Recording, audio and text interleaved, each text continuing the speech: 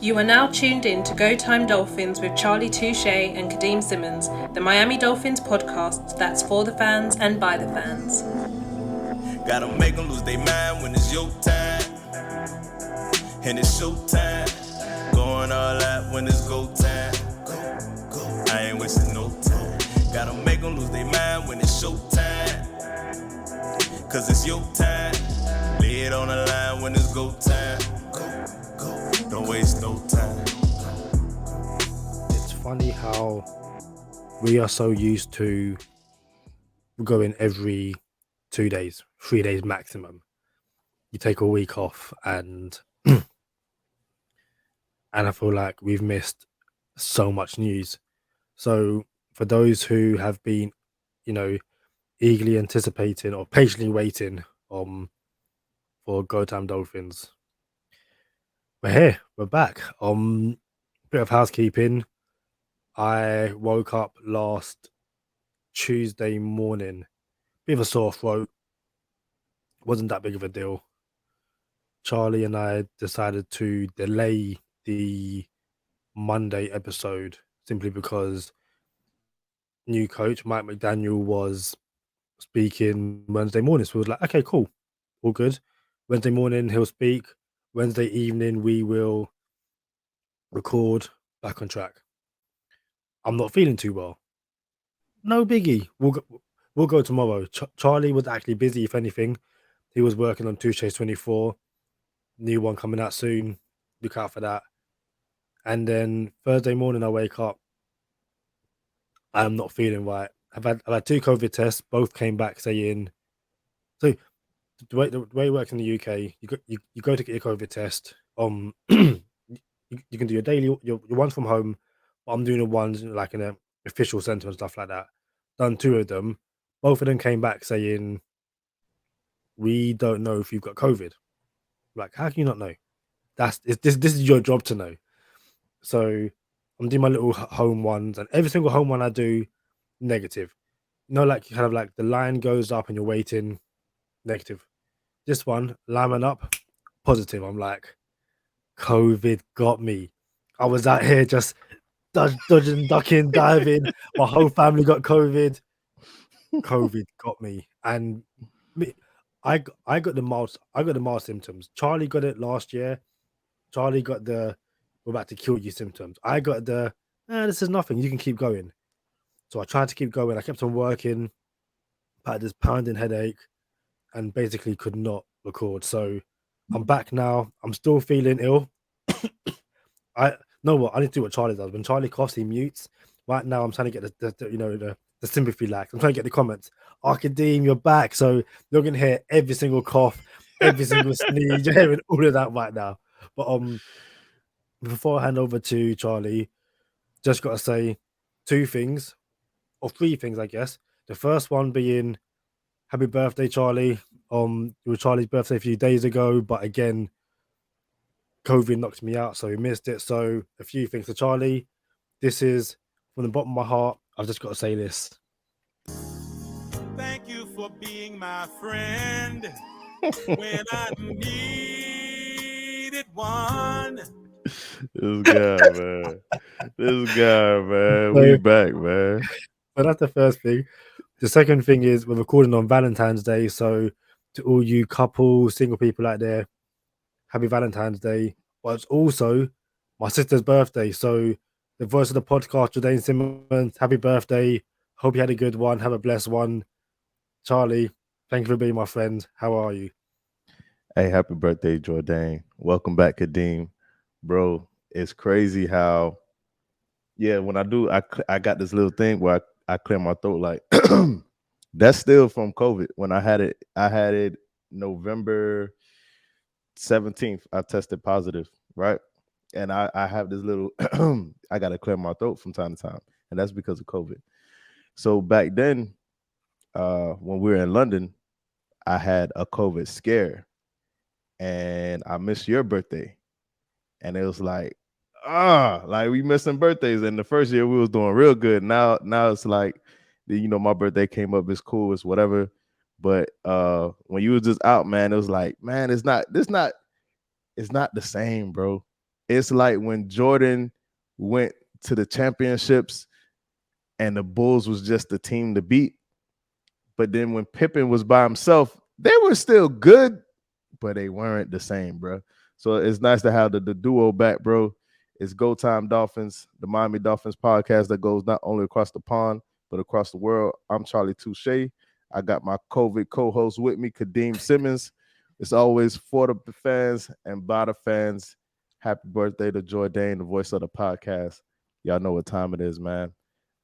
We here. We back. Got a Super Bowl behind us. Got a coaching staff now. It's crazy how much happens in a matter of missing a couple episodes. So we got some catching up to do, and we're not going to cram it all in one episode. We got the Jevon Holland giveaway that we said we were going to announce, and it's here now. So we're not going to cram everything in one episode. I'm glad to have Kadeem back, man. And I guess let's start out with the Super Bowl real quick, bro. I know. Did you say you slept through it? Is that accurate, Kadeem? I know you say you wasn't feeling well and you might have slept through it. I didn't sleep through it. More so, I chose to sleep. So again, I was powering through. You know, I'm moving house at the moment. I'm working. I'm like, you know what? I'm gonna be good. And Sunday, my body was like, if you don't sleep and rest, I wouldn't be here podcasting right now. I'll still be in bed basically. So I chose to sleep and rest. I kind of woke up a few times throughout the night. The podcast started at 11:30 p.m. for UK watchers. So I kind of like fell asleep around then, woke up and the Rams were. By the way, spoilers for anyone who hasn't seen the game yet. If they're still waiting to watch it, spoilers. Rams Bengals Super Bowl. So I woke up and it was kind of like 7-0 to the Rams. I then went to sleep, woke up again, and it was 2013 to the Bengals, I believe it was. And then woke up in the morning and saw that the Rams had won. I was like, okay, cool. Well done, Rams, I guess. So yeah, that's my. I think I woke up in the morning and I watched the halftime show and the halftime commercials adverts for our UK listeners. So that's what that, and I've seen the Cooper Cup TDs. I haven't seen anything else. So the way we're gonna incorporate the Super Bowl into this show, since it's Go Time Dolphins, shout out to Matt Stafford. Shout out to the Detroit Lions. You know what I'm saying? Shout out to Detroit too. Y'all had Matt Stafford win the Super Bowl and Eminem performing at halftime. That's the closest you're gonna get, Holmes. That's it for y'all boys. I saw a lot of jokes like halftime Eminem doing "Lose Yourself" and people saying, "Yeah, Joe Burrow's gonna come out firing like that's his anthem, that's his jam." And then people were like, "Well, hold on." The callback on the other side was spent how many years in Detroit? You don't think? Sorry, you don't think he didn't hit Eminem and again powered up? So it was. I think the one thing about the halftime show, sorry to interrupt, but the amount of racist people on social media that was like, this halftime show is awful. There's no white people performing. I was like, yeah, because Eminem's black. So no, there were no white people performing. But the amount of people saying, oh, it was the worst of all time. It was like woke propaganda. It was all this kind of stuff. Like, give me back my old NFL. I was like, whatever. I don't want to hear it. Deal with it. Hey, shout out to Marshall Mathers. I actually halftime show was okay. It was maybe top 5 or 6. I don't think you know what? People got recency bias, bro. Everybody had, and we're about to have Sherrod Steve back on the show so we can get this quarterback list out of the way. Everybody has recency bias. All of a sudden, Cooper Kupp is the best quarterback or best receiver in the NFL now. I don't agree. Everybody just has recency bias. He was the Super Bowl MVP. I don't think Cooper Kupp is the best receiver in the NFL today. No, he's not. He's my dog. He's a top. You know, I go to bat for Cooper Kupp. If anybody, like, I go to bat for Cooper Kupp here on the show. But he's top 5, but he's not the best receiver in the league. I got Debo in front of him. I got Hopkins in front of him. I got Adams in front of him. And that might be the list for now. But yeah, man, shout out to Kupp. But everybody is has recency bias. And I forgot where I was going with that, but we'll go here back, get the show back on track. The show I back think on you're track. talking about halftime shows. Oh yeah, halftime show. Yeah, thanks, bro. Hey, you back? My dog back. I like it. So halftime show, yeah, man. That yeah, all right. I like it. So yeah, halftime show. That was a top 5 for me. It wasn't better than the Prince halftime show. It wasn't better than Michael Jackson halftime show. It wasn't even better than. Here's where we get maybe, say Bruno Mars did his thing. Beyonce had one. Coldplay, like, bro, I don't know, man. Like, it was cool. I enjoyed it, but it was not like the best of all time. Nah, it was cool. I think I saw a few people saying, that it's kind of that moment where, I guess, our generation, and you're older than me, but before it was like the Super Bowl would play these older acts which weren't for the young people. So it's kind of like, oh, thanks for playing the Super Bowl act for us young people, and then you kind of go, no, we become the old people now. Like this was our our childhood. Like, so don't get me wrong, like, seeing 50 Cent 50 Cent upside down, people like, well, 50 Cent upside down for us, like, wow, you weren't there for the video. Like, you don't understand like what that was. And then like I think the clips of like LeBron James, like that 50 Cent in the club summer it hit different. I think I was like maybe 13 when that came out, and then like seeing Dr. Dre and Snoop Dogg, and I think there was a bit where just before the end, Dre jumps on the piano and played like a little Tupac tribute. I was like, they're gonna bring out Tupac. I was like, oh, but then he said they're gonna bring out Tupac. No, it was just like, I was seeing a few people older than me going that, Snoop and Dre were amazing and Mary J. Blige was amazing. They didn't get Kendrick Lamar. I was like, you don't get Kendrick Lamar, like, how can you not get Kendrick? Like, Kendrick, but again, it was for the young generation, but who are now old. Like, they're probably one of the last Super Bowls we're gonna get where the halftime show appeals to us. Like, if they do Cardi B and someone else, I'll be like, this isn't for me. Like, I'm not saying Cardi B is bad, but that's not for me. So yeah, I can't imagine them being too many halftime shows, which is our music. But this is Go Time Dolphins, not Go Time halftime Super Bowl show. I guess. Hey, Go Time halftime. You know what I'm saying? Nah, bro. So I'm gonna touch down on this real quick. And off the bat, we getting a lot of Joe Burrow next Dan Marino. Joe Burrow this, Joe Burrow that. He's gonna be here for a long time. And it's gotten to the point where if you're a Dolphin fan, I don't even want to speak for the Dolphin fans. I'm gonna just speak for myself. Everybody know I'm pro Tua. Everybody know I like Tua. And it's gotten to the point where if Joe Burrow is doing well, people come at my dome. I'm like, bro, what you coming at me for? Like, Joe Burrow, cool. Who gave him the nickname Joey Bullets?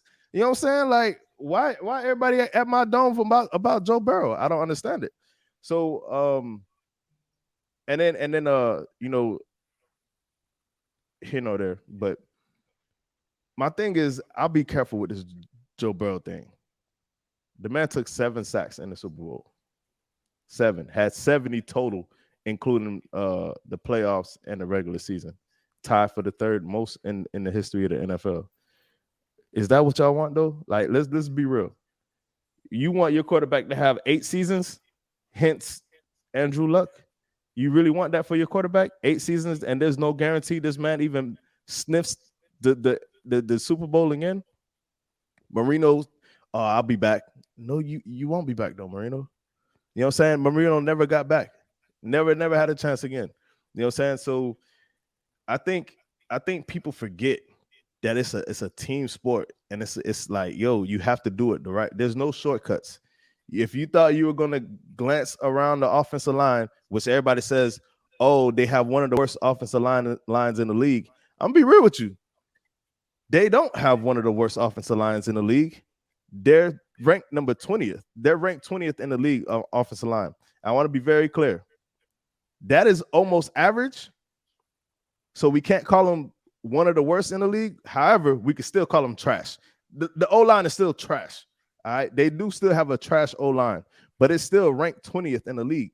And the reason why I bring all of this up is because the Dolphins have the 32nd ranked O-line in the league.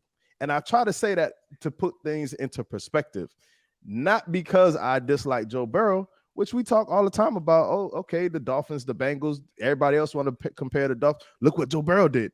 Well, bro, give Tua I said a middle of the road 20th. Like, can we get the 22nd ranked O-line? Can we get the 25th ranked O-line? He has the 20th ranked O-line. Cool. And they still getting this man banged up. Went down holding his knee, looked like he blew another ACL. I can't have that for my quarterback. I don't care.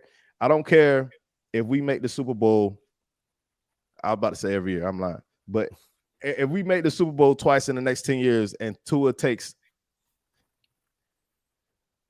140 sacks in them 2 years, I'm not with that, bro. That's not how you do it. You know what I'm saying? And just to come up short again. So if you pull that up one more time, Kadeem, I think that was the right one.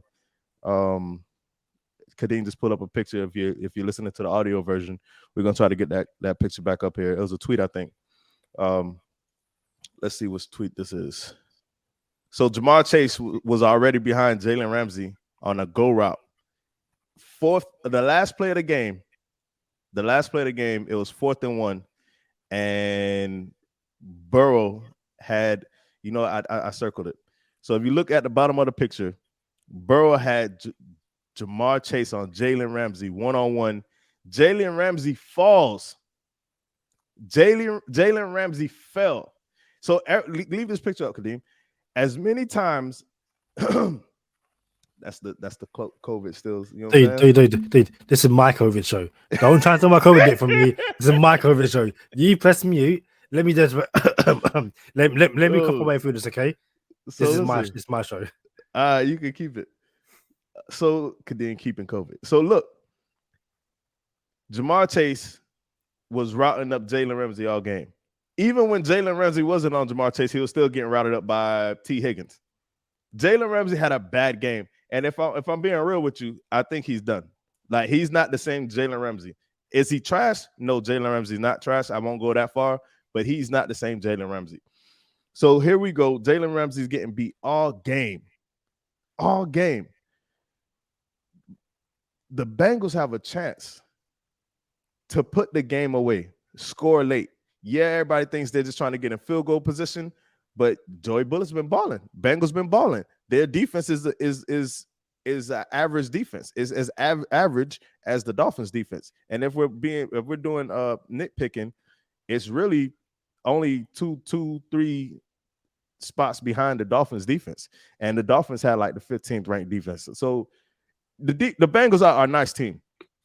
The reason I bring this up is because this is the last play of the game. And I think it is poetic. 4th and 1, yeah. All right, it's the last play for the Bengals. It's not the last play of the game? No, I think there's like 25 seconds left. Yeah, all right. Yeah, you're right, because the Rams nailed it. Yeah. But it's the last play for the Bengals. It's 4th and 1. And the play before this, Aaron Donald made an incredible stop on 3rd and 1. I don't know how you do that.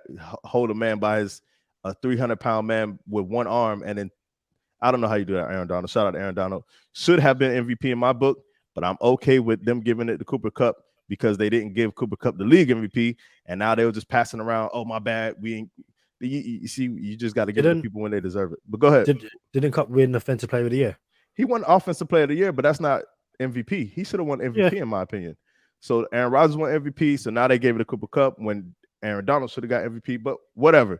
Go Time Dolphins. So the reason I'm bringing this up is because it's poetic to me that it is 4th and 1 for your Super Bowl life in the Super Bowl, and your number 1 pick, your first pick, the 5th overall pick in the NFL draft, Jamar Chase is wide open.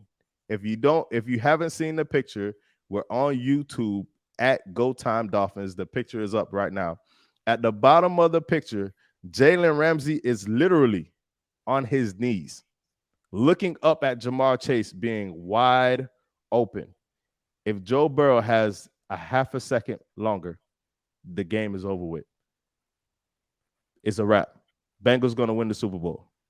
So the person you picked 5th overall was Jamar Chase, Rookie of the Year, Joe Burrow, partner in crime, all the stats, run it up. Look how good the Bengals doing. But I wonder if that would have happened like that if you had Penei Sewell. I'm just saying, we don't know. I'm not going that far. But, it's poetic that the line is the reason why you lost the Super Bowl. You see what I'm saying? So your quarterback took 70 sacks, blew an ACL the year before, and as long as everybody's happy that it's offense sell tickets. Well, y'all can sell as many tickets as you want, straight up. Bengals can have all the fun they want, sell all the tickets you want, but you're not winning championships. You can't win a championship without the line being right. And we don't even have to get on the Bengals for that. Look at KC. Look at KC line last year when they played Tampa. Played a real D line. Mahomes was running around like a chicken with his head cut off.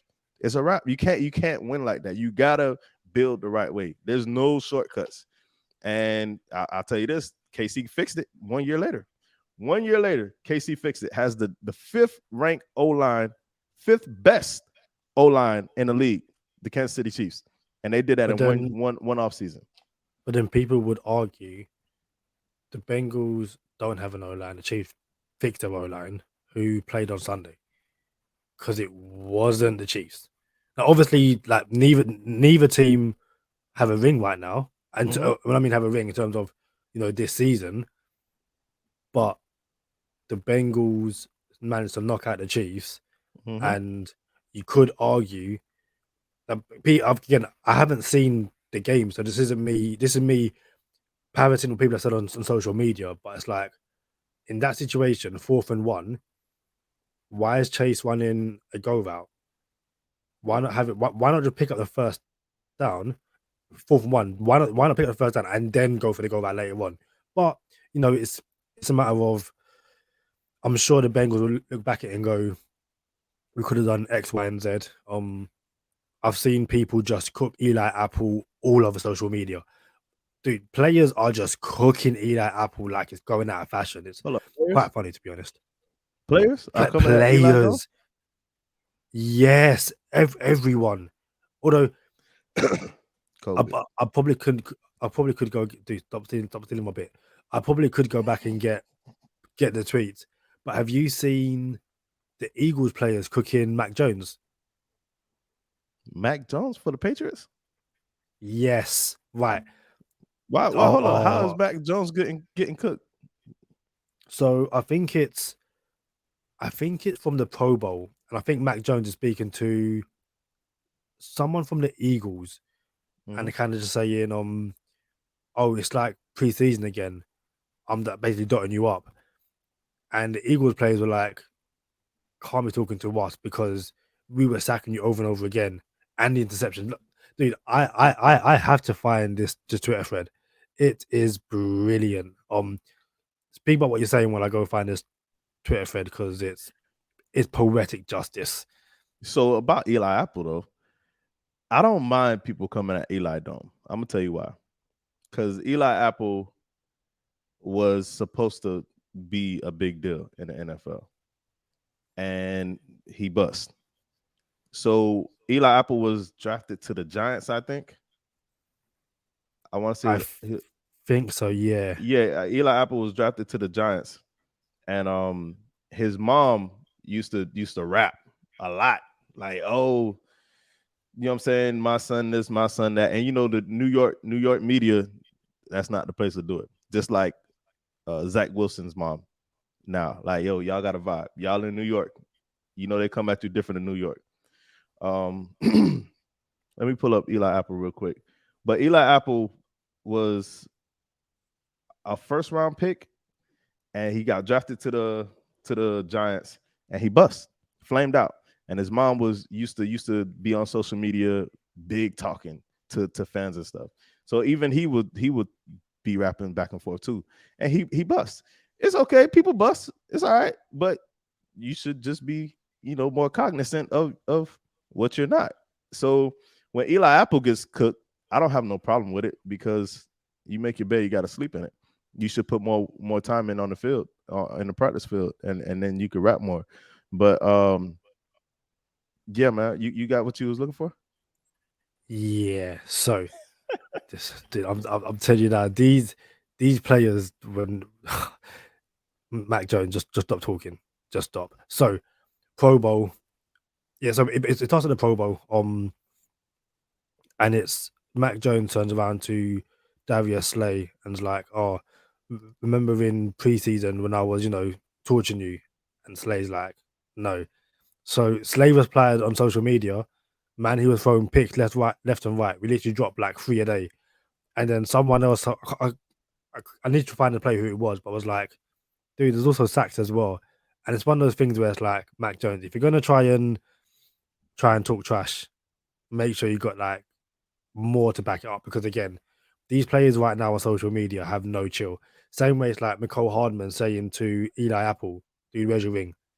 Like, you spoke all that trash, and I'm the one here with a ring. I'm like, I might be at home right now, but I've got a ring. Where's your ring? So yeah, Mac Jones. One, how did Mac Jones make the Pro Bowl in the first place? Like, I don't want to hear it. But two, those Eagles players are like, nah, like you did not torture us. Stop, just stop right now. We're gonna turn the corner a little bit. Talk about in-house stuff. Unless you got something else you want to bring up about No, the I was Super gonna Bowl. say probably no. One question, and this is more of a, again, I'm a very petty person. Was there a slight part of you that was like, I'm really happy Joe Burrow didn't win the Super Bowl, because those two haters would be like, see, we should have taken Joe Burrow, see, blah, blah, blah. A part of me was just kind of like, yeah, I couldn't have Joe Burrow win the Super Bowl before Tua did. That's me personally. There was a lot of that, but not for me. No, for real, not for me. I don't care for what other people kind of like. It's football. It's any given Sunday. The Eagles won the Super Bowl and went 7-9 the season before that. The 49ers went to the Super Bowl and had the second pick of the draft the year before that. The Bengals went to the Super Bowl and only won about 5 games, total in 2 seasons before they went to the Super Bowl. It's attainable for the Dolphins. You see what I'm saying? So I don't really care what people say. Like, it's I'm gonna say it again. There's multiple ways that you can take to get to the desired address. How you get there is how you get there. But at the end of the day, ideology is you have to protect your quarterback, bro. Like, look, there's no all-time great that didn't have a good line, bro. And not even all time. Let's just go to the current greats. The modern day greats, I should say. The modern day greats had good O lines, bro. They really did, bro. The dude that I don't say his name on this show, Peyton Manning, Aaron Rodgers, Mahomes, for the most part, bro, they have good O lines. You know what I'm saying? And they still don't ride out with 10 Super Bowls. You feel me? But the dude who I don't say his name, we'll get to that one day on this podcast why I don't rock with him. But outside the fact You that he was mean a our Patriot. potential new owner? Hey, chill out, man.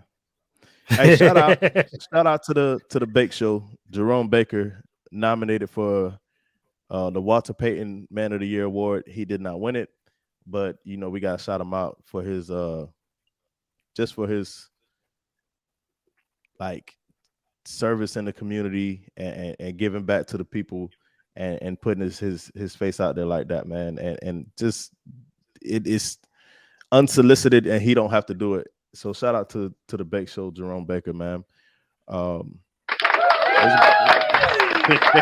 We testing out the toys, you feel me? A little late. We gotta get better with that, boy. We a little late on that. Yeah. Thing is, I didn't want to interrupt what you were saying, so I was like, this was like a good part to get the applause. Like, nah, that's not how you do it. I think it got to be like more on time. You feel me? well, then you do the applause. Like, when you got the applause button, you do it. Until then, let me do it. Bro, we got some new hires, man. Yeah, we got loads. The question has been answered. Are we gonna retain Josh Boyer? And not only has the Josh Boyer question been answered, Gerald Alexander was fired, and some thought that he may be retained as well, but it's Josh Boyer and not Gerald Alexander. How you felt about the Josh Boyer hire? So if it's rumored to be true, I guess, I said Josh Boyer hire, retaining Josh Boyer. yeah, I think there was a growing belief that the Dolphins were making a play for Vic Fangio, and I think it might have been Adam Schefter that turned around and was like, Fangio has turned down multiple offers this year, and I also believe Gerald Alexander was interviewing with the Jags to be their DC. Now, I know that Gerald Alexander was very highly thought of in the Dolphins building by the secondary guys, the defensive backs. I know a lot of fans were kind of saying if you're going to keep one of the two, keep Alexander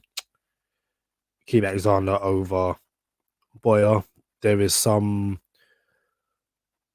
theories, I guess, which say that Alexander backed Flores over some of his allegations that he's claimed, so he kind of had to go. That's what kind of was saying, you're not part of this no more. My personal belief is that, or my personal opinion, I should say, is that the Dolphins made a play for Vic Fangio, couldn't get Fangio, was like, okay, we need to keep someone. Boyer, you can stay in house.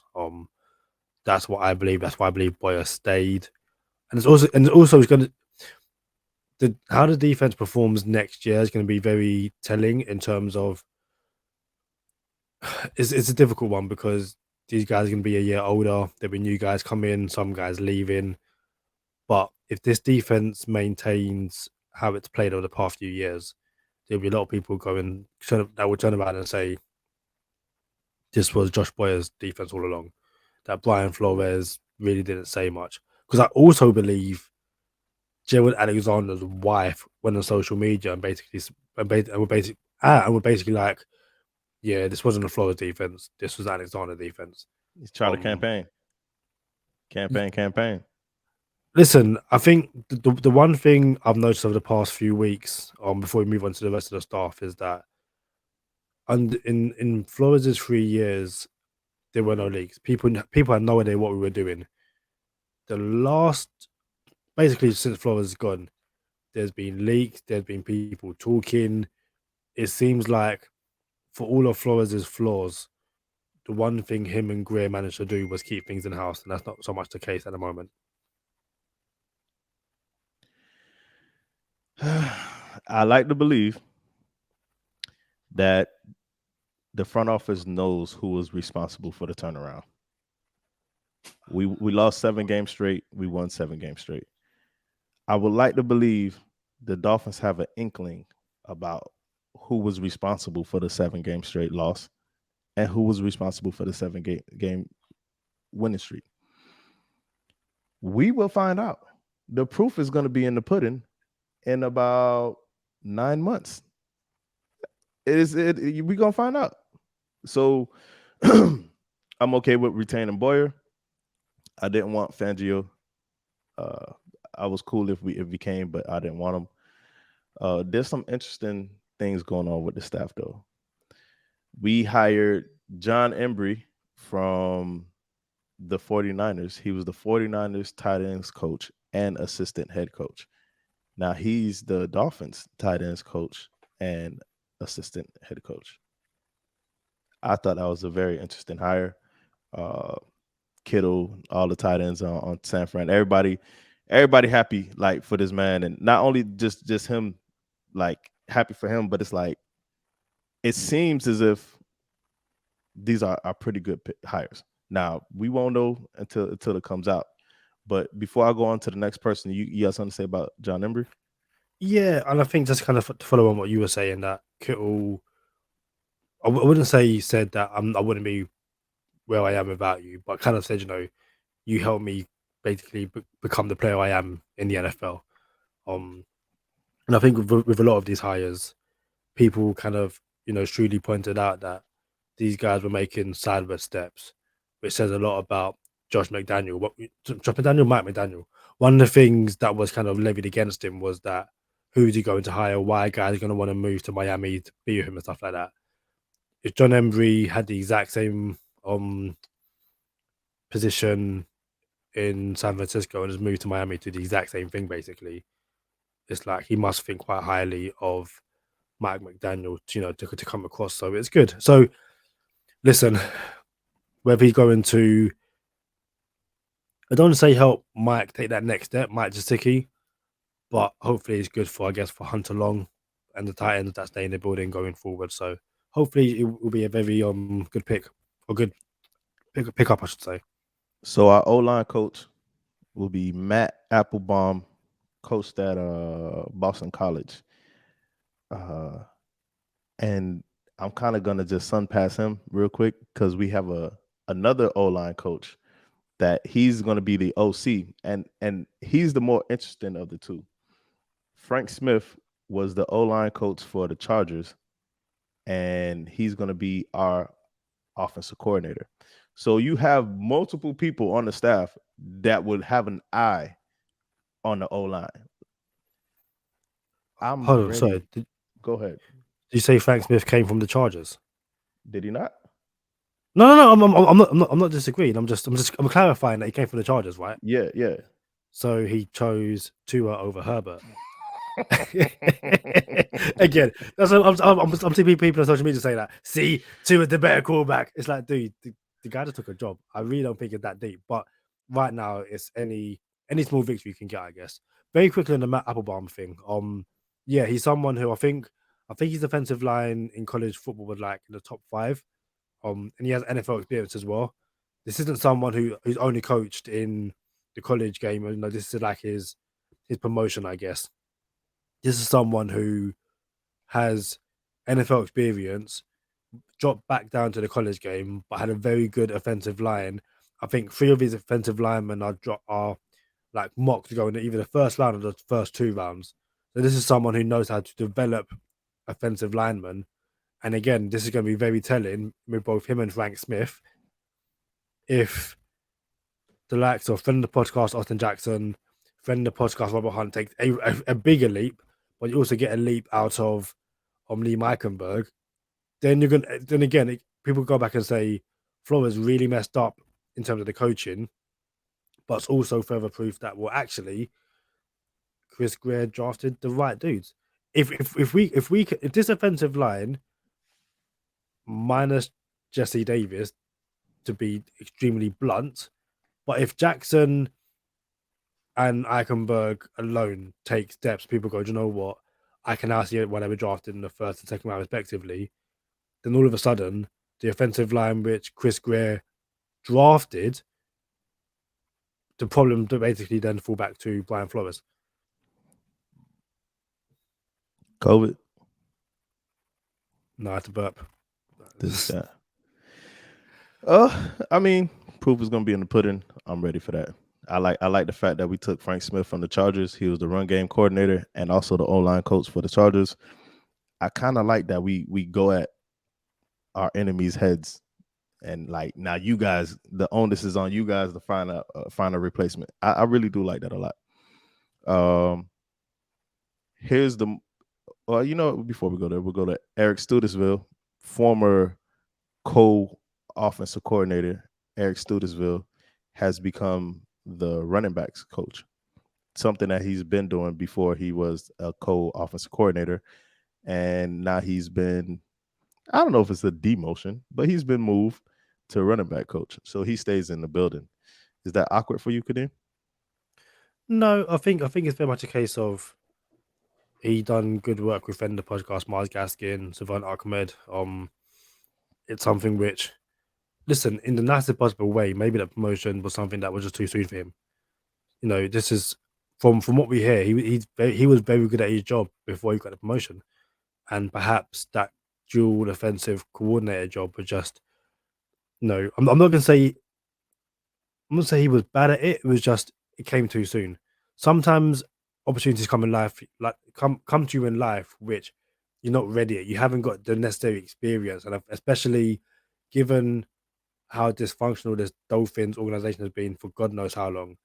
Perhaps one of those things which he might be an amazing offensive coordinator next year, in 2 years' time.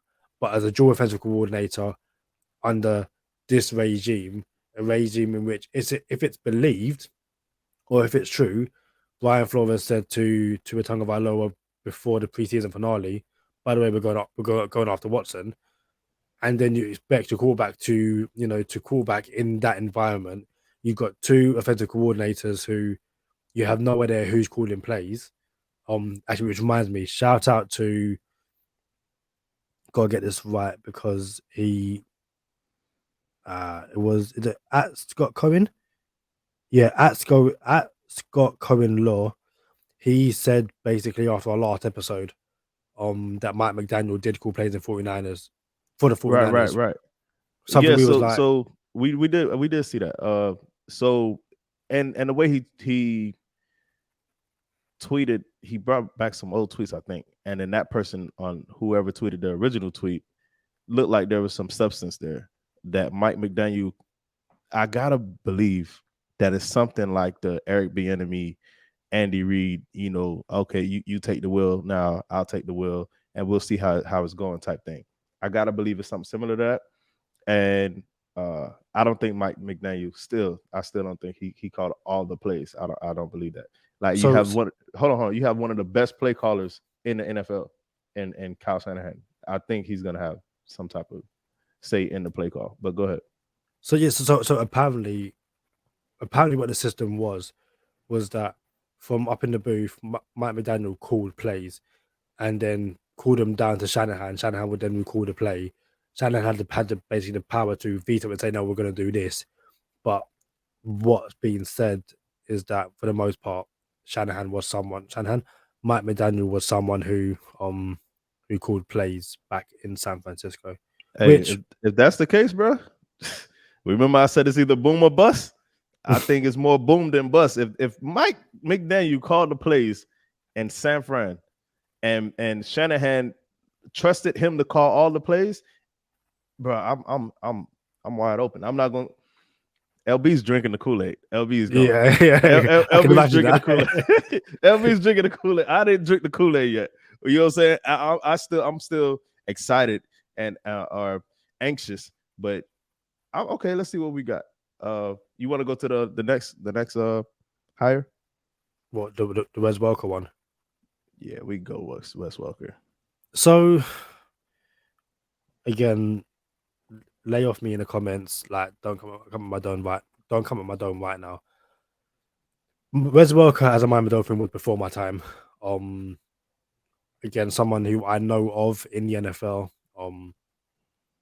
People are saying this is a welcome home to Wes Welker. And again, it's someone who you look at what's being said about him from previous players, guys who have worked with him. They say that again, he's the next big thing. He's a coach who is destined for the very, very top. Listen, if Mike McDaniel had managed to get some amazing coaches out of here who in 2-3 years' time could be going on to become head coaches, it means that we have an amazing coaching staff on hand right now. And yeah, it then comes down to that old problem we were talking about before. Are we going to have a constant turnover on the offensive staff because guys are leaving? But it's not because they can't get along with the head coach or because they're doing a really bad job. It's because actually these guys have excelled. Miami are reaching the playoffs on multiple occasions. Heck, we might even have a ring. Which is a question I've got for you for bonus time. Listen, if Wes Welker leaves in 2 years because he's getting head coach opportunities, it means we've done something right over those 2 years. And I'm all for it. It will be annoying to lose such a good person, but it would mean that Mike McDaniel has an eye for coaches and that the Dolphins are winning games, potentially championships. It's Go Time Dolphins, the Miami Dolphins podcast that goes not only across the pond, but across the world. I'm Charlie Touche. I got my co-host Kadeem Simmons with me. It's always for the fans and by the fans. Happy birthday to the voice of the podcast, Jordan Simmons. What's the applause, Kadeem? See? You know what I'm saying? Happy birthday, Jordan. If you must know, I was trying to find a picture of a certain something because I know it's going to come up soon. I want to be prepared for that. I wasn't expecting. Go ahead, do your thing, champ. Do your thing. Hey, I can't do my thing when your hair going, Kadeem, where's the applause? Hey, you sound good, man. You sure you really had COVID, bro? If you wanted a couple of days off, you could have just told us, bro. Can you see the two lines? How you keep the test right there with you, bro? Because, That's what. listen, do you know how you and Javon were saying, you have to keep the cleats in the boot just in case someone needs to get routed up, like that Saint, like the father, that video. Which, by the way, that can be me doing that to you, little shimmy. Be careful. You never know when a podcast host is going to turn around and go, "Did you even have COVID?" So, 2 lines. 2 lines means yes, you have COVID. That's For those that's what that means. those listening to the audio version, Kadeem pulled up his COVID test like it's a pregnancy test. He showed it like he has it available. Like, that's wild to me. But listen, I'm not thrilled about this Wes Welker hire, and I'm gonna tell you why. Mike McDaniel, and I told everyone this multiple times. When an offensive coordinator brings a new system into the building, he has to bring people with him. It's not just him and he's teaching the whole offense the vernacular of the offense. That's not how it's done. He's going to bring a quarterback coach or offensive line coach or a tight ends coach or a running back coach. He has to bring in his people who know the system to be able to coach up the rooms. If a great show is on Amazon Prime, it's called, matter of fact, it's Hard Knocks. Hard Knocks, in season Hard Knocks. But there's other shows like what is the other one called? All or Nothing. All or Nothing. That All or Nothing is so good, bro. Dude, but if you watch shows like All or Nothing, say what? All or Nothing is amazing. Like, yeah, the Dolphins doing All or Nothing. Wow, bro, you could watch. I could watch all or Nothings, like even though they're 4 years old. I could watch them all. So if you watch All or Nothing or the end season Hard Knocks, you will see the rooms are separated. That's why they say running back room or tight end room, O-line room. It's really its own room. They're like classrooms, and the head coach is in the classroom teaching the class, which happens to be 6 running backs or 8 running backs or however many running backs you have in that room. So, yeah, you need people who know your system so they can teach up the offense. All right. My problem with Wes Welker, since Kadeem wasn't around when Wes Welker was a Miami Dolphin. Wes Welker was cool. He was nice as a Dolphin. He was Wes Welker before he was the Wes Welker, the Patriots, Edelman role. You know what I'm saying? The Patriots always had that. We had him first. My problem with Wes Welker is when he left, bro, it left a bad taste in our mouths. He won a ring. Cool, you won a ring. Keep your ring and go off into the sunset. But he didn't just win the ring, bro. He took a picture of the ring on his middle finger and sent it to the Dolphins, basically. I didn't appreciate that. Like, I can't unremember that. You know what I'm saying? Yeah, whatever. Cool, you got your ring. You're still in the league. You're Wes Welker. You're a coach. One day you're gonna be something. Nah, not in my. You're not welcome in this building no more, in my opinion. But someone had to sign off on it, so okay, it's cool for them. For me, it's not enough. I don't appreciate that Wes Welker hire. I wonder how someone like Sherrod Steve or LB or Bert would say about something like that. But I'm not cool with that Wes Welker hire. You did bring up something that came out over the past week, which was Brian Flores told Tua that the Dolphins were pursuing Deshaun Watson before the preseason. Let's get this right. Brian Flores told Tua they were pursuing a trade for Deshaun Watson before preseason. Do you know what that means, Kadeem? That means Tua came in 6 games into the season on a bad hip, didn't know the offense. The offensive coordinator didn't even know he was going to come in, and then still played well, and they were still going to murk him in the first season. That's what that means, bro. Do you believe that they put everything they could have into helping Tua grow and develop, knowing that they was trying to trade him in the first offseason they had with him? Come on, man. Hey, the jig is up, bro. The fix is in, bro. You know what I'm saying? And now you had a Tua, same Tua, who only lost 4 games this year. Come out eight of 12, I think. Yeah, that's about eight of 12. And amid the Watson trade rumors mid-season, you feel me? Oh, I don't even know when the trade deadline is. I don't even worry about that stuff. Like You week feel? 9, I think. Week 8 or week 9. Yeah, you know what I'm saying? And Tua got to keep the straight face this whole time. Tua, hey, coach, put me in. I'm good to go. Oh, no, you're not good to go. Yes, I am good to go because y'all been trying to get Watson. I could play on this broken finger. Oh, no, you can't play. Bro, come on, man. I'm excited for this season, and I cannot wait. And I am not the I told you so dude, but I will be this year. I promise you that. I will be the I told you so this year. But hey, miss me with that rap stuff. I love how you sit the water as well. Like, you just end a little. I say nothing else. No. Listen, I could talk Brian Flores all day because there's been some interesting twists and turns with his lawsuit against the Dolphins and the rest of the NFL. But I kind of want to just put that behind us right now because a new head coach is in, and again, it's I really am sorry that Go Time Dolphins haven't been here to discuss that introductory press conference because I sat there watching it and I was just like, Mike McDaniel is my kind of human being. Like, his jokes are so lame, like so lame.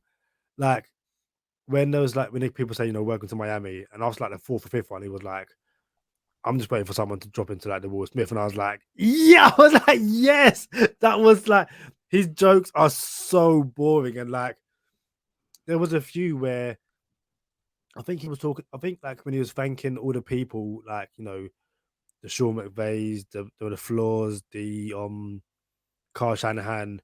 But I think he thanked, was it his dad? Is it Mike Shanahan first? Yeah, Mike Yeah, Shanahan. Kyle he's Shanahan's like, dad. yeah, he's like thanks Mike Shanahan, although you didn't pay me. And I was like, yeah, I was like, yes, like your jokes are like he. I'm not just saying this. Me and Mike McDaniel are the same kind of person in which we'll be in these like really outward going settings, and we'll tell the worst joke, and you can't tell if we're serious or not. So we'll tell the joke, and then we look at you to see your reaction, and the other person be like, "Is this guy joking or not?" And then it's like, this guy's a weird dude. I'm not just saying this. People don't like me because I'm just difficult to be around. So, Charlie, I've got to say it once again as I lose Charlie. How do I lose Charlie? Charlie, you still there? You on mute? This guy. I'm here. I'm away for a week, and I bet you any money. Hello, hello. You on mute? Go ahead. You just disappeared on me. Hey man, things happen. I'm here about to say thank you to you. Don't forget, we're on video now. So on video, you just disappear. And I'm going to keep it in. I'm going to show everyone what I saw, and Charlie just there laughing on mute. Bruh, So go ahead. My bad, man. As I was saying, so like I said, I'm a difficult person to be around. So this is episode 162. It is. Just want to say once again, Thank you for being my friend when I needed one. Thank you for being a friend. once again, happy birthday, man. I'm not going to embarrass you by asking your age, but yeah, happy birthday. I appreciate it. I'm 39, bro. It's not embarrassing, bro. I feel like 29 actually. So unless the next 10 is gonna be different from the past 10, like I'm Dwight. I'm good. The next 10 is going to involve a Super Bowl ring for the Dolphins. So yeah, that's how it can be. No. You next 10, like the next 2 might. It's supposed to. We on par. Listen, February 11th, 2024. I'm gonna be at the Super Bowl because the Dolphins are gonna be at the Super Bowl. Holmes. Is LB going to be there? No, LB's not going to be there unless LB fixes up his track record before then. The LB's not going to be there. LB will be somewhere nearby watching it on TV. and he understands that. But let me get back to this Mike McDaniel press conference, man. Listen, so everybody know I make music, and you know there's artists and there's producers and there's engineers and there's different type of chemistry in the studio. Once upon a time, I know people might not they might not, say, yeah, I know y'all see me wear the specs on the show a couple times, and I wear glasses and stuff. But I'm a big nerd, bro. When it's time to be a nerd, I'm a nerd, bro. Like, this is just who I am, bro. Right? And engineers in the studio are just different people. They're just different.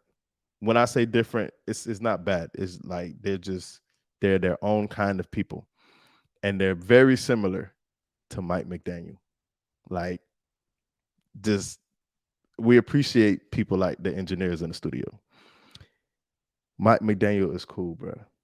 I rock with Mike McDaniel and the jokes he was making and everything like that. But I believe he didn't even look like, man, I don't even want to be here no more. I don't even want to answer these questions. I want to go into my dark room dungeon and watch film all day. And create some stuff. That's what it seems like Mike McDaniel is. Side note, I went on IG and I looked at Will Fuller's IG. There was no Dolphin stuff. I thought he scrubbed his account, but I guess he didn't play long enough to get any Dolphin pictures. That's something which I was meant to bring up as well. The fact that, so the people were like, oh, this shows how bad Brian Flores' communication was. Like, Will Fuller was done for the season ages ago and he didn't say nothing. That's just a Brian Flores thing. Remember the season before? Yeah. Like, we was hearing every single day, every single week, day to day, he'll be back soon. Mm-hmm. No, not at all. Like, Preston Williams was done. We just didn't know about it. And is that Brian Flores being a bad communicator, or that Brian Flores saying to rival teams, you need to plan that Will Fuller is going to be here, and then last minute, no, he's not going to be there. Listen, it must have been annoying to basically get your hopes up about Will Fuller. And all of a sudden, everyone's going, oh, now you have to apologize to Will Fuller, all that kind of stuff. It's like, listen, at the end of the day, if you don't make jokes about him being injured in the first place, or make mean jokes, like me in the nice way possible, me and you are always going to make jokes about certain players. Like, we are the Will Fuller and Devontae Parker of the Go Time Dolphins podcast. Like, at the moment, we just can't stay healthy and be on this show. So we're going to make jokes. But there were people saying Will Fuller must give his money back, all this kind of stuff. I was like, dude, the guy's genuinely messed up his hands. Like, now don't you feel stupid about making jokes about someone who he was legit injured? It don't work like that, though, bro. Here's my thing. Whether Flores told us or not, it doesn't change the reality that Will Fuller was out for the season. I wonder why it took him so long to get this surgery, in my opinion. Like, yo, why he just not getting it? You know what I'm saying? What's going on, bro? But then, you know what? That could be like Ryan Tannehill when he done his knee and he was like, I'm not getting the surgery. And then in preseason, done it again. It's like, you should have got that surgery. Maybe one of the things is like, is he probably thinking, if I delay the surgery, I might be able to come back.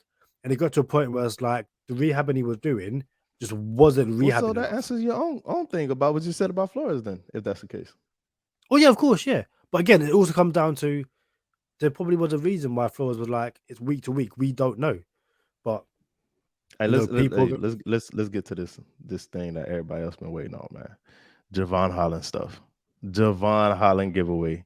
If you are listening to the audio version of the podcast, find a way to make it to our IG, our Twitter, or Facebook, that when we set it up, the picture is up on this episode as we're talking right now. Kadeem just put up the picture. Jevon Holland giveaway. The Jevon Holland giveaway is a pair of autographed, game-worn Jevon Holland cleats. Like, bruh, when I look at these things, I'm like, man, like the picture, like I just want to put them in a glass case and just put them in my man cave that I don't have yet. And I'll probably put them on my bookshelf over there. Y'all see my bookshelf? Yeah. I'll be nerding out. I'll be trying to tell y'all. But I just want to put them somewhere. Jevon Holland giveaway, game-worn, autographed cleats from the snowman himself, Hollywood Vaughn. Starting next episode, we will tell you how to win these cleats. Man, I'm looking at them right now. I'm like, man, like, look at these things. What do you think about it, Kadeem? I want them. Like, when he first sent to me, I was like, oh, I love one of those situations where I just want to win these cleats and just like I'd pay for the posting and packaging to the UK. Like, I'm like, dude, I got you, know about it. Like, it got to a point where we hadn't given them away yet, and I was like, if you don't give them away, I'll buy them off you. Like, it's all good. Like, I will happily do that. So, bro, but we're giving them away. Don't say we don't give back to the fans because these very easily could have been a case where Charlie was like, I can't give them away. These are staying with me, and I would have been like, yeah, makes sense. I got you. Like, yeah, it's fine. It's totally fine. We got some more stuff too. This is just the beginning. This is just the intro. But about to go into bonus time. Like, again, stay tuned for the next episode. We'll tell you how to win these cleats. I can't believe we're giving these things away, bro. But y'all know what time it is. The band is back together. Y'all stay positive. Test negative like Kadeem Simmons didn't. For Kadeem Simmons on Charlie Touche, thank you for tuning in this time. Make sure you catch us next time on Go Time. Already. Gotta make them lose their mind when it's your time. And it's show time. Going all out when it's go time. I ain't wasting no time. Gotta make them lose their mind when it's show time. Cause it's your time. Lay it on the line when it's go time. Don't waste no time. I've definitely missed doing this. Tweet of the day. Oh, tweet of the day. What we got for the tweet of the day? So you sent me something, but before we get to that, I want to get to something else. So it's on the back of the Rams winning the Super Bowl. At Dougley Do Wrong. Dougley will be on this show sooner rather than later. He's a massive voice in the Dolphins community on social media. And he's got a lot of stick for this tweet. So Schefter basically tweets all of the free agents after this season, basically. Odell Beckham Jr., Von Miller, Davius Williams, Tony Michel, Austin Corbett, Dante Deacon, Joseph Noteboom, Matt Gay, Troy Reed, and Will Compton. All free agents in LA. Dougley says, this is why you don't build super teams. They aren't sustainable. And people were like, but they won a ring. Does it matter? Like, so on the back of this tweet, my question to you is, the Dolphins go all in to win a ring now. They trade away multiple, like the 3 first-round picks we've got for the next 2 years, all gone. They bring in, they bring in Devontae Adams off on a tag and trade. They bring in Alvin Kamara. They bring in, I can't think of anyone else on top of my head, but they bring in players, and over the next 3 years, the Dolphins win that ring. But it means that all those guys leave. We can't pay certain players, and over the next 10 years, the Dolphins go back to the Dolphins we saw when Brian Flores first entered the building. Would you be okay with that? Would you give up the next 10 years to guarantee a ring in the next 3? Before I answer the question, shout out to Dougley Do Wrong. I actually check him out from time to time. We'd love to have you on the show, bro. And we could go back and forth about this. I actually disagree. But to answer what you were saying, Kadeem, it wouldn't be to guarantee anything. Ain't no guarantees, Holmes, because the Rams ain't the first team to do this. You know what I'm saying? Like, Stephen Ross tried to buy Super Bowls before. Not to this magnitude, the way the Rams did it, but it's not as easy to buy teams in the NFL because the parity of the league is just too good. Go ahead. But that's what I'm saying. Like, in this scenario, it guarantees a ring. It guarantees, and then so you're saying so what you're saying is if I knew we were getting the ring, would I do it? Is what you're saying? Yeah. If we could trade away three ones and 2 2s, and I knew it was going to get us a ring, would I do it? Yeah, Yes, I would do that. but Yeah, it means, right. Yeah. Go, yeah. If I knew that, yes, but there's no guarantees though. So I understand what you're saying. That it guarantees a ring. So all right, to play your game, I'll play your game first, and then I'll go into it. To play your game, yes, I would do that because it's a ring, bro. People, it's Valentine's Day. I'm so glad we get to talk about this. It's Valentine's Day. People live a lifetime without knowing what it feels like to be loved from somebody. And I say the L word is elusive. It's so elusive. Falling in love is so elusive.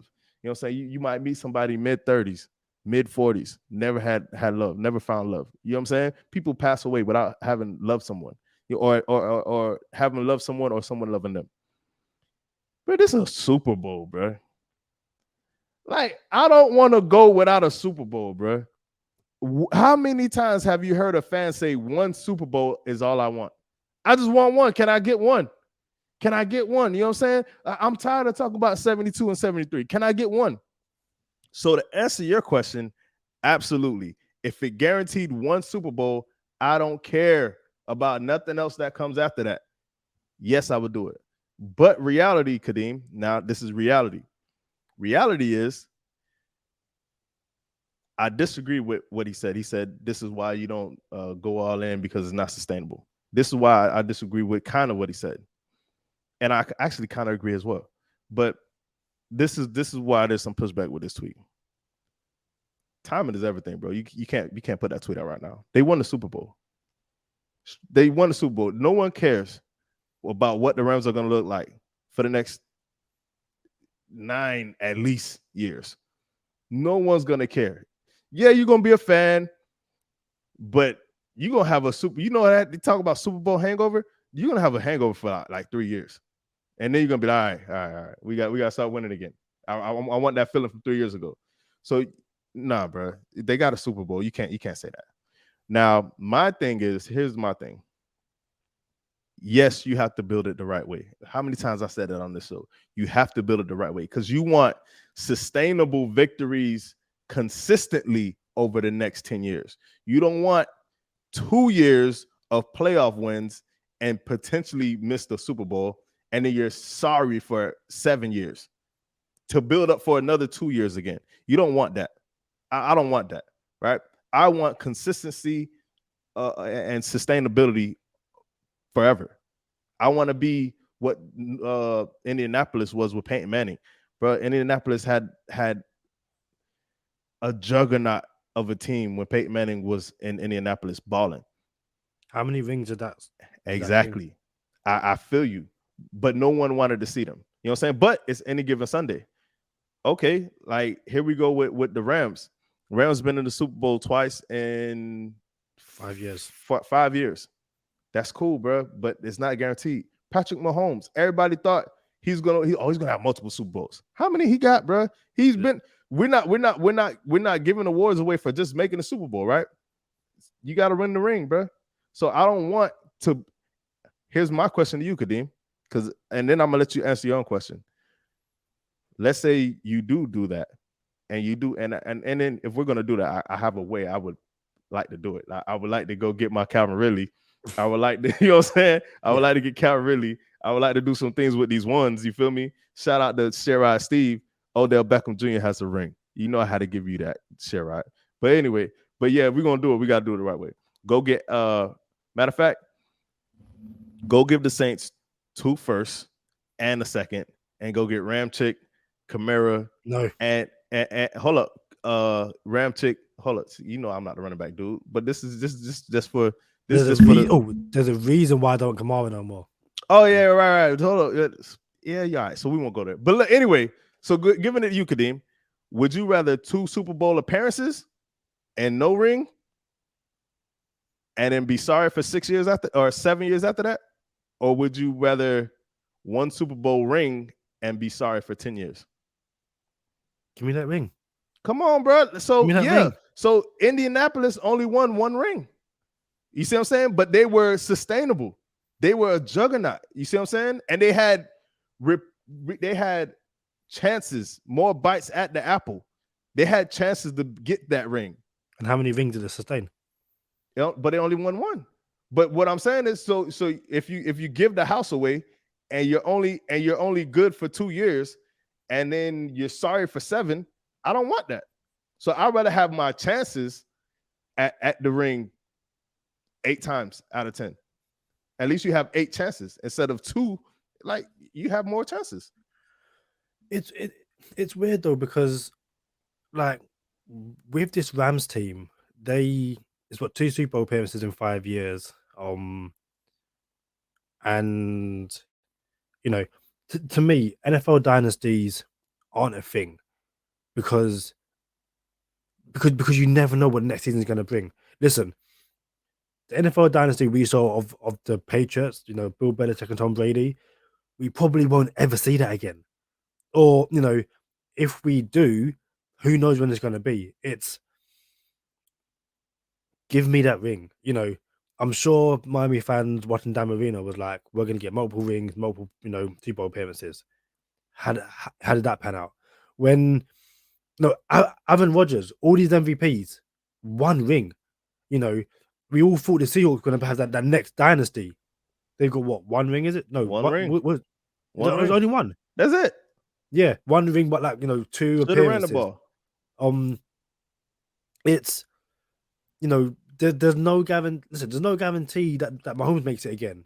It's likely it makes it again, but there's no guarantee because we've now just seen that at some point you're probably going to get the Bills, or maybe not. The Bengals might never reach this again. Everyone's saying, okay, you build the O-line and that's it. Multiple playoff appearances. Well, no, because all of a sudden teams are going to scheme you differently. And the way that Jamar Chase and T. Higgins are balling right now, T. Higgins can be like, you got to pay me.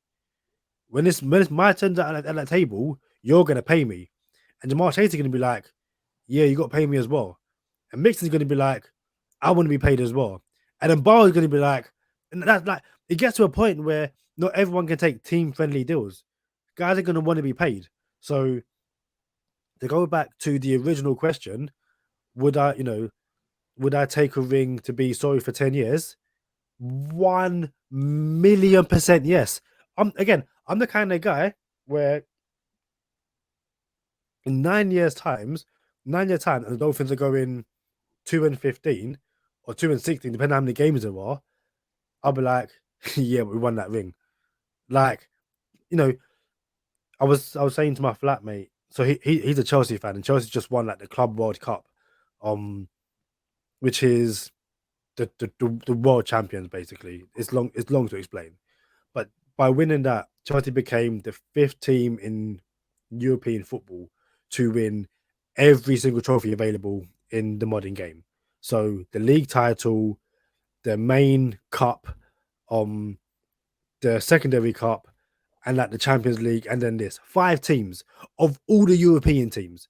No one can chat to them. If the Dolphins win a ring, you can't chat to me. Like, what are you going to say? Like, I want to see the Dolphins win a ring in my lifetime. I can't talk to Patriots fans. I can't talk to Chiefs fans. I can't talk to Eagles fans right now. They'll be like, yeah, we want... Listen, do you really think Eagles fans care how sorry it is? Like, obviously, they just made a playoff. Do you really think if Eagles pick 3rd overall next year, are they going to care? No! They are still living off that Super Bowl ring. Do you know what I mean? So, it's listen, a super team in the NFL isn't sustainable. But like you say all the time, there's multiple ways to win a ring. Listen, if the Bengals had won on Sunday night, we'd be talking about, okay, once again, it's you win a ring on a rookie contract, to a quarterback rookie contract. That's the way you that's where you win. And had the Bengals won, I would have been like, we need more weapons. Yeah. Matter of fact, hold on, Kadeem. Hold on, King. Bro, I'm so glad you brought this up, bro. I'm so glad you brought this up. Tyler Boyd had 1 drop pass the entire season. And that drop pass came in the game last night in the Super Bowl. Tyler Boyd, the same Tyler Boyd, he's a captain, by the way, of the team, something that Xavier Howard isn't. Indictment. Tyler Boyd had one drop pass for the entire season. The same Tyler Boyd that I said would be the number 2 receiver for the Miami Dolphins right now. People try to say Tyler Boyd is not that good. He's not that good. So the Tyler Boyd pre-Joe Burrow that had 2,000-yard seasons in the 2 seasons before Joe Burrow came, and then didn't have 1,000-yard seasons when Joe Burrow came because T. Higgins and Jamar Chase was there. The same Tyler Boyd that did not have a drop pass all year is not that good. I'll let y'all keep that. Y'all can have that he's not that good, but he would still be the number 2 receiver on the Dolphins right now. So all that, hold on, I say all that to say this. They have the weapons. So even if the Bengals won the Super Bowl, I would still be looking at the Dolphins receivers like, not even like running backs, receiver, like, all right, cool. He has weapons. Something that the Miami Dolphins don't. But we're getting there now. We got Waddle now. You know what I'm saying? We got Gesicki, and I gotta imagine Gesicki is gonna get more targets now. Like more what's the word I'm looking for? Dang, what's the word I'm looking for? Relevant targets. More relevant targets. Gesicki is gonna get targets that mean something and not the 3rd and 15, 4th and 22 targets to pad stats. So you say more weapons. This is from at Miami Alejandro. He says talk soon, and it's a picture of Odell Beckham Jr., who, like you mentioned, has a ring. Odell Beckham tore his ACL in the Super Bowl. He's going to be, is he 30 now, is he?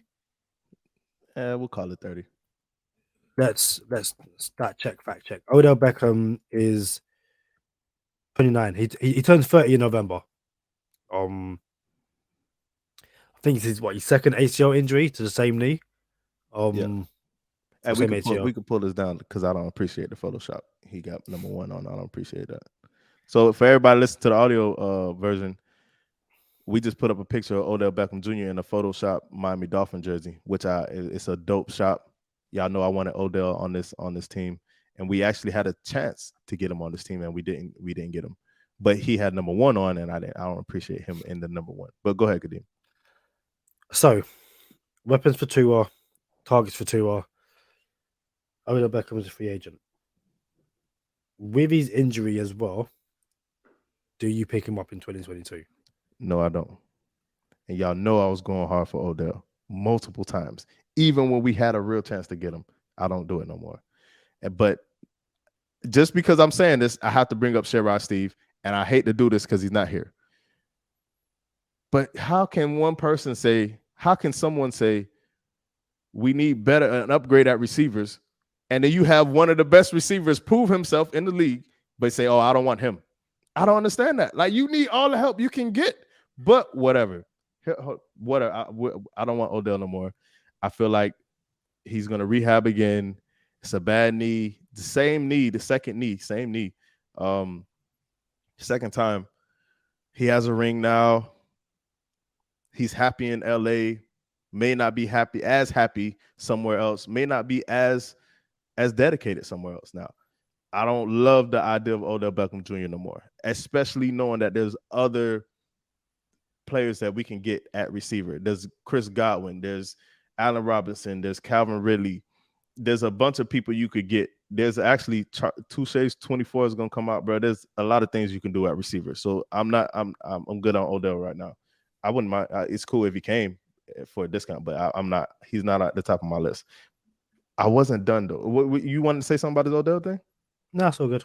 So I want to go back to what you were saying about that team thing, like building a team and what would you do, all this good stuff. What do you prefer, Kadeem? Because you did kind of say I don't mind one ring in 10 years. But how are we going to get to that ring? What is your answer? Do you want to build for a sustainable, consistent run, bite at the apple per se? Like, do you want to build a team where we're going to compete year in, year out forever? Or do you want to go all in for a year and a half or 2 years and see what happens? Which one do you prefer? I'm that really boring person who's like, I want to do it the best of both worlds. So I still want to build through the draft. But instead of, trading away your first round picks and you got no first round pick for the next 2 or 3 years, it's being smart in free agency. So it's looking at your Emmanuel Ogbers, someone who basically who you can bring into the building on basically prove it deals. But you know that with the right coaching and in the right environment, you're going to get a good play out of them. So, it's instead of trading for a Devontae Adams who's going to be paid a lot of money, and it's can you trade for a Calvin Ridley who isn't as good, but you're keeping that first for something else, and or is there okay, if Devontae Adams is a free agent, I'm not saying don't get him. I'm saying that's you can't not go and get Devontae Adams. But I'm just saying, if you have to trade for him and pay him, yeah, do you know what I mean? It's because they're gonna tag him. They're gonna tag him, and you're gonna have to trade for him. Yeah, so it's like who in free agency is a valued pick. Like, let's be smart. And I mentioned Ogba because he was someone who, when we got him in, him and Shaq Lawson, they were skeptical. It's like these guys haven't really produced for first round talent players, and they perform. Yeah, and that's what I'm saying. Yeah, so well that people were mad when we let go of Shaq Lawson.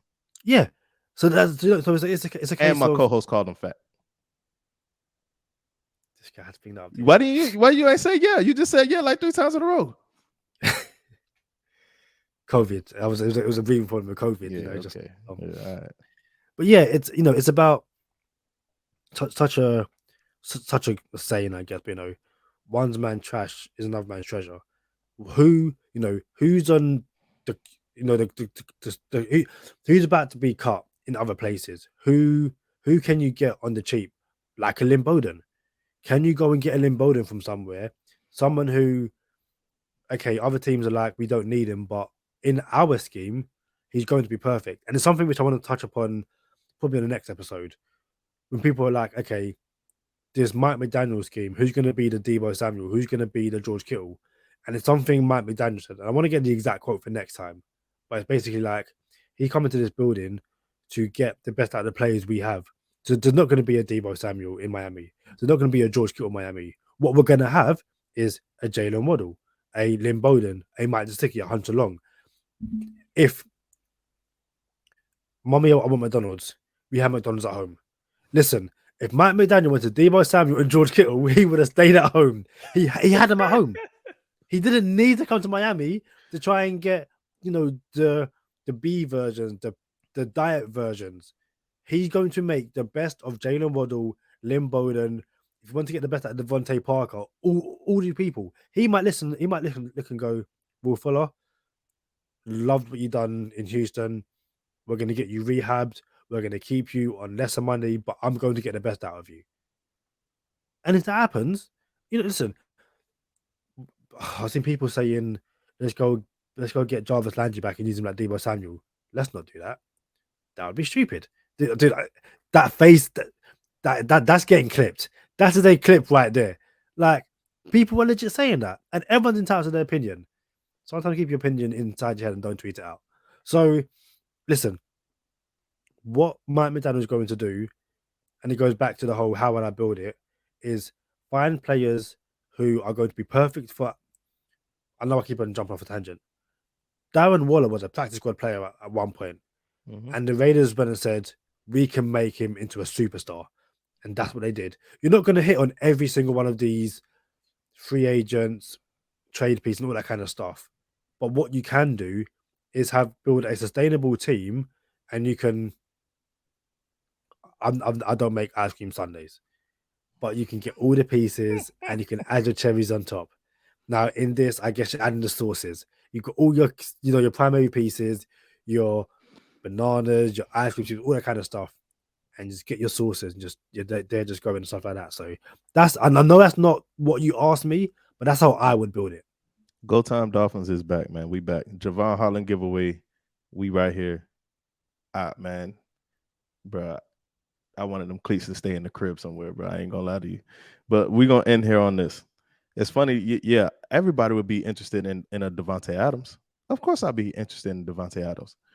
But would I want Davante Adams and pay him $28 million a year and give up a second-round pick for him when I could have Calvin Ridley for a second-round pick and then just go pick up Allen Robinson and then pay them a combined 30? Like, you know what I'm saying? Well, it'd probably be like 32. But you see what I'm saying? So Davante Adams is one man. He gets hurt, then what? Odell Beckham Jr. got hurt last night in the Super Bowl, and it was a different looking game. Will Fuller got hurt. Yeah, Will Fuller got hurt. You see, people get hurt. You know what I'm saying? So I would build a team the way you're supposed to build it. And the way you're supposed to build it, you're supposed to hit on your picks. You're supposed to put in the work. I don't know why I can make Tuesdays 24. We're going to have a whole episode on Tuesdays 24. For the new listeners who don't know what Tuesdays 24 is, it's a list of prospects coming out into the draft that I make every single year. And I pick 24 prospects that are under the radar prospects. And I believe they can be household names. These are not the people that everyone talks about every single day coming out of college. These are people who I believe don't get talked about enough. And I'm working on my list right now. It'll be out, we'll keep you posted on when it's coming out. That's the tease. So if I can scout these boys from my couch, Kadeem, if I could scout these boys from my couch on 7 minutes of film on YouTube, why can't these franchises scout these boys with every play they ever played since high school? Why can't Kyler Murray has an attitude problem? You know what I'm saying? Like how I knew this, but you didn't. You know what I'm saying? Now, don't get it twisted. I did want Kyler Murray pre-Tua. This is very important. Pre-Tua, I wanted to trade the house for Kyler Murray, which I still thought would have worked out. But I still got Tua above Kyler Murray on my quarterback list coming soon. So you build the right way. You hit on your picks. You do the work, put the work in, and whoever's accountable for missing picks, you off them. You know what I'm saying? Like, who picked this person?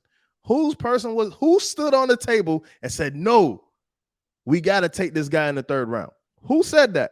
And if he busts, we got to look at your history now, bro. Why did this dude bust? You feel me? So there's a reason. I don't know how, and I can't wait for the Tuesdays 24 episode where you get to see my matter of fact. If you guys wanted to see my Tuesdays 24 list, they're on our social medias, IG more specifically in the stories. You can go ahead and look at the history, the highlights, and you'll see my past Tuesdays 24 list. Shout out to Jevon Holland, gave me a cosign. He was actually on that list.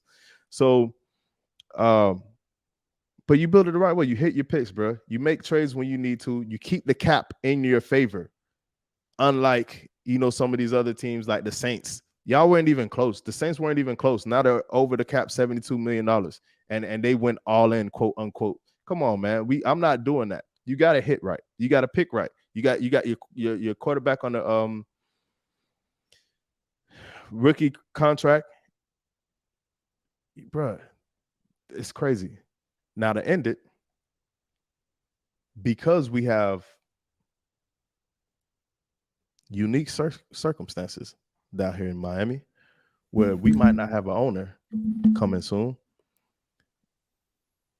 I may not be opposed to trading some first round picks now, because if the league is going to come take them from us, I don't mind getting rid of them before they try to take them from us. So as soon as there's a breeze or whiff or the wind starts to blow in this change of direction where, hey, you might lose some first, I'm offing all of these first. And we might just have to switch up the plan on a whim. So I don't mind that way either, but not by design. If it's by force, then okay, I'm with it. Let's trade some of these picks so they don't get taken from us. and then we'll live with it from there.